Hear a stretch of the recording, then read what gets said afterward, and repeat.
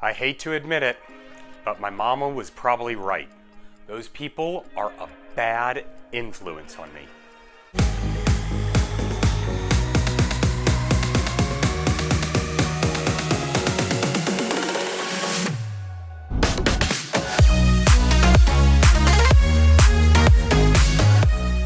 Hello my friends and welcome to The Simple Sober Life. I am Joshua and I help others make simple changes to create a life of awesome. Thank you so much for joining me today. If you haven't already, please make sure to subscribe and hit that bell when you subscribe so you get notified each time I create a video. Well, welcome my friends, and today we're going to be talking about the sphere of influence. Now, if you're not exactly sure what this is, essentially it's at its very fundamental root, it's who you surround yourself with. You know, your friends, your family, your coworkers, all of these contribute to your sphere of influence. And it is so important to have a good, solid sphere of influence that will influence you and, help motivate you to make those simple changes in your life so that you can create a life of awesome. Now, when I was younger, I was going through sort of a rebellious phase, as many of us do. Mine probably started about 5th or 6th grade, when I met this kid in class, and, we started hanging out, and, we became pretty good friends. But my mom hated him, absolutely hated him, couldn't stand when I would go and hang out with him.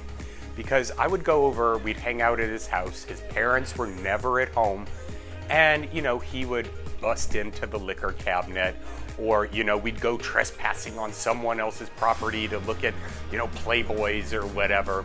And, my mom would, hear about all of these little mischievous things that I would do, and she hated when I would hang out with him. And so it would come to pass that, whenever I would hang out with him, I would kind of absorb some of his sarcastic and, rebellious qualities. And I would bring that home. I would talk back to my parents. I would, make snide little comments. I'd refuse to do things, and I'd sneak off and do something that I wasn't supposed to start doing. And this kind of followed me into high school. I've always been kind of an introverted person, I guess. And so it was a little more difficult for me to actually go up and talk to people and make new friends. And when I got into high school, I found a clique that I actually felt comfortable with, that I could identify with. And, we'd get off the bus from school and then we'd head over the street or down the hill from the high school and smoke cigarettes, and we'd go and we'd essentially be truant because we stepped on school property and then left to, go smoke cigarettes. And, these people really kind of influenced my way of thinking and the way that I acted and my personality and things like that. It wasn't until, I started maturing and evolving that, I really started to understand the importance of surrounding myself with positive, like-minded people who not only supported me emotionally, but also motivated me and encouraged me to do better things. Later in high school, I had a bunch of different cliques that I kind of surrounded myself with, and all of them had their own personalities. I'd hang out with the popular kids and I'd make fun of other people. I'd hang out with some of the jocks and I'd be a little more sporty, not much. But my main focus was in theater.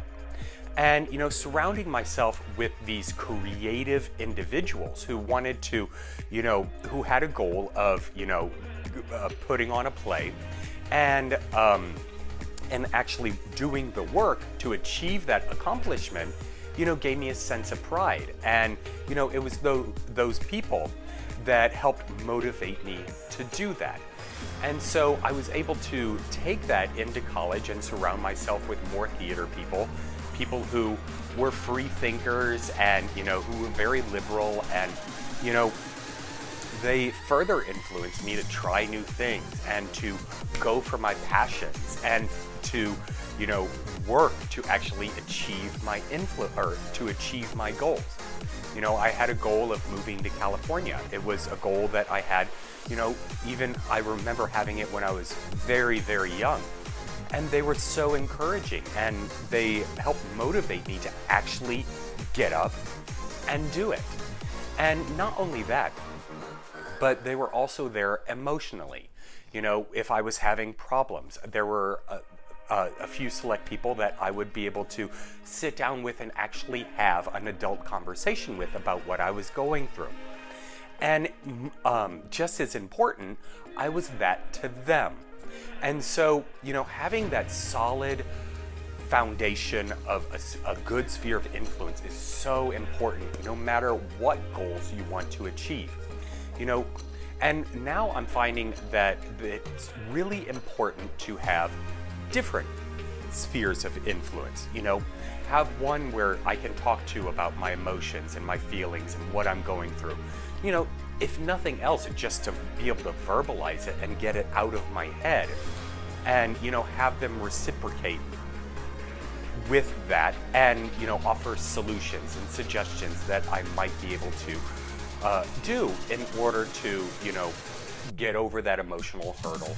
Or even when I'm having times of joy, when I'm having great emotional success, being able to talk to those people and kind of not brag a bit, but well, maybe it is bragging a bit about how good I feel.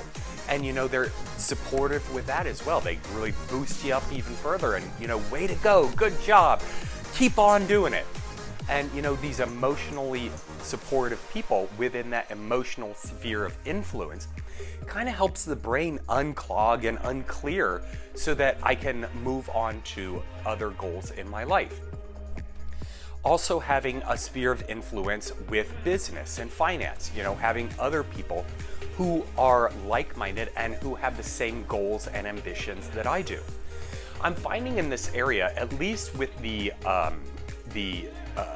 people I've been surrounding myself with, specifically at the different jobs that I've had, are so constricted in their business and financial mindsets that I have a tendency to kind of put a wall up when it comes to that sort of aspect, because their whole mentality is go to work more so that you can earn a paycheck.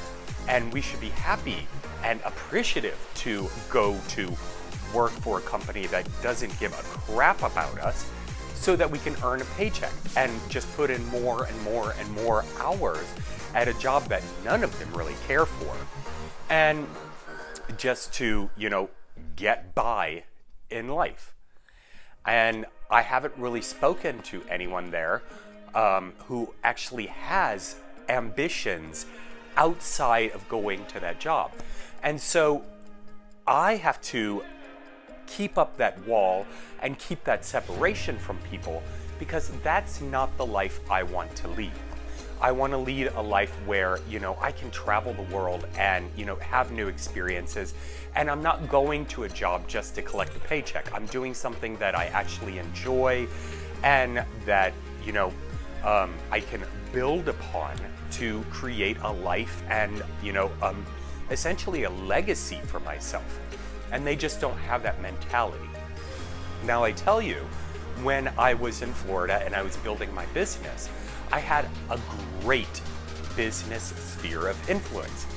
It consisted of people who were working towards and who have achieved some of the financial and business goals that I had for myself. And so I was able to learn and get motivated by what they had done. And we would have deep conversations about different strategies to have and creating different campaigns and different avant-garde ideas about how to attract a wider audience and grow towards the life that I was wanting to lead.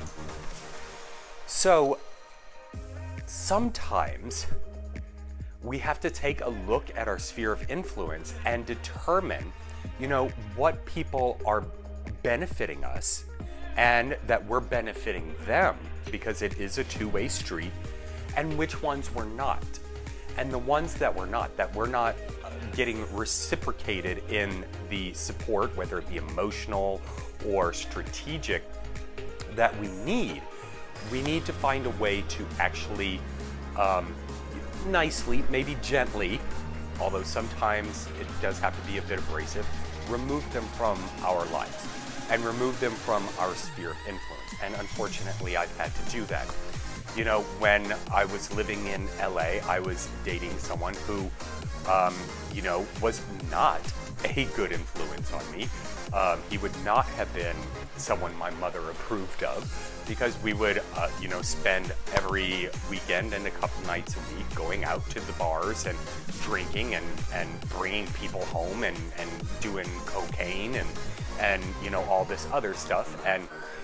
And while he had business ideas and pursuits that he wanted to go on, he was kind of lapsadaisical in his action, and emotionally he wasn't there. And so it was just kind of a bad situation. And finally I had to make the decision to completely break it off. And at that point I decided to move from the apartment that was in my name and everything, and just completely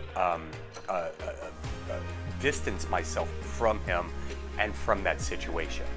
And it is an unfortunate fact of life that, you know, people come into our lives for a reason. I learned a lot more about myself, what I'm willing to put up with and what I'm not willing to put up with by being with him. But I also learned that, you know, when enough is enough, then I have to cut ties. And this happens with your emotional support group. This happens with your business support group. So as we get older, what I'm also finding is it's so much more difficult, or at least we make it more difficult, to actually find those positive spheres of influence. And so some of the ways that I've been able to find some new people to talk to supportively with emotions and with business and with life in general, spirituality, is going to different meetups. You know, when I was building my business, I would go to various meetup groups, and it's cool because it's a small, intimate group, at least the ones I went to, of like-minded people who were there to better themselves financially and in business. And so meetups are a great way to go and meet up with new people that you haven't yet met and start to build those relationships for business. And on the emotional side, I found that, you know, when I was going to AA, that was a fantastic way to actually increase my emotional sphere of influence. It got to the point where, you know, I was going and having breakfast with some of the guys, and, you know, we'd sit and talk and joke and laugh, and it was really building up that sphere of influence. And while I stuck with them, you know, my sobriety was pretty solid. And it wasn't until I stopped going and kind of started distancing myself, I started putting other things ahead of that, you know, I kind of sunk back into the shadows emotionally, and then, of course, in drinking. And then, but while I was there, it was fantastic. There are also Facebook groups. I'm a part of a number of different Facebook groups, and I get inspiration and motivation from them. So it doesn't necessarily have to be in person to have that sphere of influence. You know, I'm surrounding myself with them through the internet, which is fantastic. Of course, there's nothing like that personal interaction, you know, face to face. But you know, as I continue to grow and change and develop into the person I want to be, I'm hoping to even further increase my sphere of influence, both with my emotional sphere and with my business sphere. But I hope you got value out of this. I know I did. Comment down below. I would love to hear your thoughts on the sphere of influence and how you go out and actually meet new people to build that foundation. Make sure to give this video a big old thumbs up and subscribe. Hit that bell when you subscribe so you get notified each time I create a video, and I'll talk to you soon. Take care, my friends.